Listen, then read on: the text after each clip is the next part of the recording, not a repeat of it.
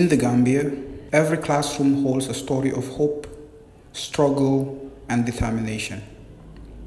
This is Kanifing East Upper and Senior Secondary School, and at its heart stands a man devoted to shaping the nation's future. Meet Mr. Maja Bugay, a principal, mentor, and lifelong educator whose journey reflects the challenges and dreams of Gambian schools. I am Mr. Maja Bugay,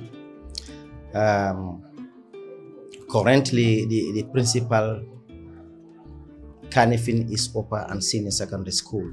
I started my primary education then in Sabasanja, in a village called Kataba. I wasn't able to complete my primary in Kataba, then I moved to Farafanye. That's where I completed my primary education. Upon finishing my grades, primary 6, then we call primary 6, we don't say grade.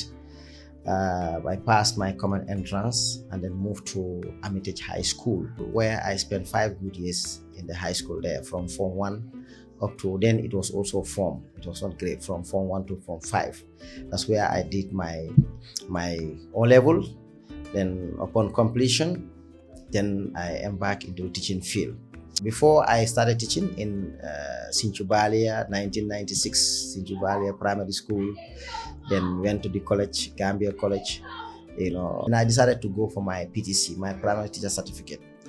When I did the Primary Teacher Certificate, I went back to the teaching field and taught for some while, few years, 1, 2, 3, and then went back to the Gambia College again to do my HTC, my High Teacher Certificate. So upon completing my Higher Teacher Certificate, there I also taught for some time before I also have my special need education, diploma. There, for some time, I said I have to go and build my capacity, I have to add more. Decided to enroll into the university and major in mathematics and then minor in economics. You see. So when I finished my BSc, major in mathematics, minor in economics, I then decided to be withdrawn. The government withdrawn me from the special need area, and then brought me to Kanifing East Upper and Senior Secondary School. That was in 2014 as the vice principal. I went to the university again and enrolled to do the masters in pure and applied mathematics. Yes. So with that one also, I felt like it was not also enough. I went back and then did my master's in measurement and evaluation.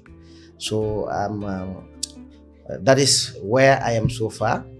And currently, to be frank, I also enrolled as a PhD student, and definitely want to get my doctorate in the next, 3 or 4 years. That's my ambition. And briefly, that is my job. I knew Mr. Gay some 2, 3 years, 4 years back. Since I have been working under him as a mentee, I know a lot of good things about Mr. Gay. I remember we had a conversation. He said that when he first came in the school, this school was like, it was not very organizational, but due to his leadership style and his exceptional character that he has or that he possesses, he was able to bring this Bahama you are seeing. And today, that Kanifing has one of the best environment as far as the senior schools are concerned in the Gambia, and that is because of leadership. Anybody who knows me, for me, I'm a man of principle. That one, I know myself that I'm a man of principle. Certain things I don't condone. I know what I know is business. Yes, if you give me a job and I accept it, you have troubled me. This is why I love this job. I have passion for this job as an educationist, and honestly, I never wanted me to go to work and then meet one of my staff in the office. My pride is when I go to work, when I reach school, when nobody will be there. And for the past 29 good years, I can swear that I'm not the person who come to school late. Every day I have to sign before 7. Yes. Any teacher that comes before me, I'm always ashamed. My job is actually regular in school, almost every time. Majamu hardly actually absent from school. He hardly come to school late.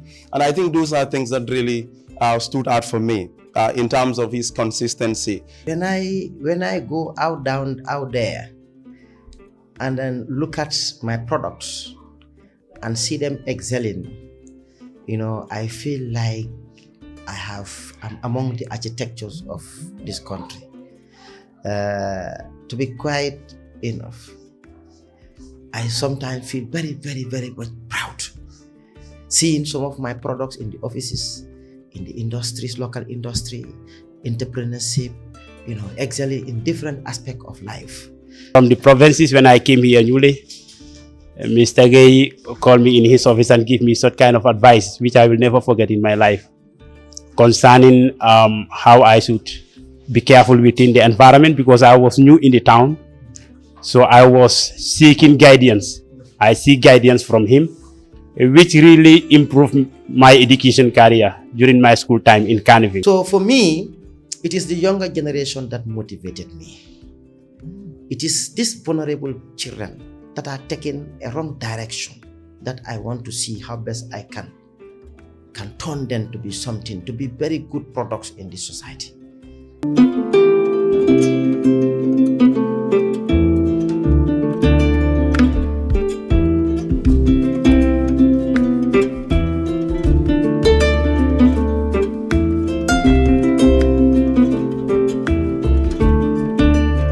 Mr. Gay, he's more than a principal to me. He's like a father figure to all of us as students, because he always reminds us about life and the meaning of life, like always giving us the basic principles of life. Schooling is expensive. To be able to run a school is expensive. You need to be, making a lot of spending. And then the mood of spending in the school system, especially the public school, is very, very, very poor. We depend on the school improvement grant. And this grant, even as I'm talking to you right now, it is not paid. The school grant is not paid.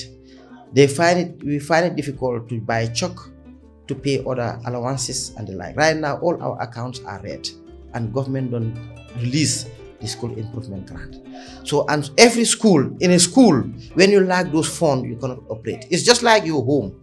When the feast money is not there, breakfast is a problem, lunch is a problem, like that. Mr. Gay is a hard-working vice principal. When I came here newly, he was acting as a VP. But if you come to the school, it's very difficult to think that he's not the principal. Whoever comes within the school, you think that Mr. Gay is the principal because of the responsibility. You understand?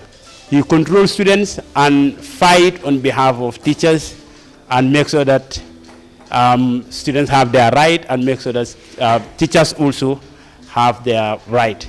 Teacher motivation is also a problem. Teachers are not very much motivated. They should not look at the basic salaries and the allowance. They said, no, for teachers, once you are from Gambia College, they give you grade 7. Once you are from the university, they give you grade 8. This grade 7, grade 8 is nothing. They need to be motivated. I remember also another incident we had here when our kettle at the staff room got a problem. We formed a delegation, came to his office. Then he was the deputy. He was the vice principal one. When we reached him, I think a delegation of myself, Mr. Sanyang, the maths teacher, and Mr. Jete, geography teacher, and a couple of other teachers. I can't remember all, but I can remember these few teachers so very distinctly. We met him in his office then as deputy, and we told him that we are about to make contribution to buy a kettle. And he allowed us to all to speak our mind, and his response was, well, like, I cannot allow my staff to pay or contribute to buy their own kettle. I will buy the kettle. The curriculum is a challenge, because that is, it needs to be, the curriculum should serve the need and the aspiration of the people of the Gambia. When the curriculum is not giving the relevant type of education, it will not, what we are learning will not be able to save this country. 7 years to date, I've worked with Mr. Majabuge in this school. I think one thing that actually, stood out for Mr. Gay is his ability to able to manage the school, that is administratively. I'm talking about in terms of the way he is able to coordinate activities in the school here. Parents also, one of the biggest challenge is our relationship with the parents. Parents in those days, they value teachers. If you are even posted in the provinces, you see them, they'll come together and cultivate a farm for that teacher or for that headmaster. You have your own farm that you'll not even hold a hoe. It's the community that will do that for you. He will always say to teachers, we are not only impacting knowledge, we are not always only inculcating knowledge to the younger generation, but we are also here as educators, and also we double our position or our role as disciplinary officers. As a manager, you need collaboration, you need to collaborate, you need support from the community. The community must have to help in the upbringing of kids, supporting in the monitoring, supervising kids with regards to assessment and the likes, assignments, so that they do it at home. So without the support, honestly, it becomes a challenge for us to be able to have what we want from the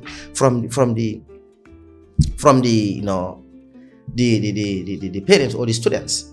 So Mr. Gay always gives students good ideas, and he makes sure that students take up responsibilities from the day that they came to the school, so that tomorrow if they go outside, they can be useful to the society where they came from. My biggest dream is to make sure that these kids that we are handling, I want them to be able to take in charge of this country. The worst thing is in life is when you have your kids, you bear kids or you educate kids and they cannot handle the role they gave them. So my wish is any child that passed through me, let me see that child become so productive in society. Yet, questions remain. How do we strengthen education so every child's dream can find a path forward? The future of the Gambia begins here, in classrooms, in hearts, and in the hands of teachers who never stop believing. A film by Ali S. Sise.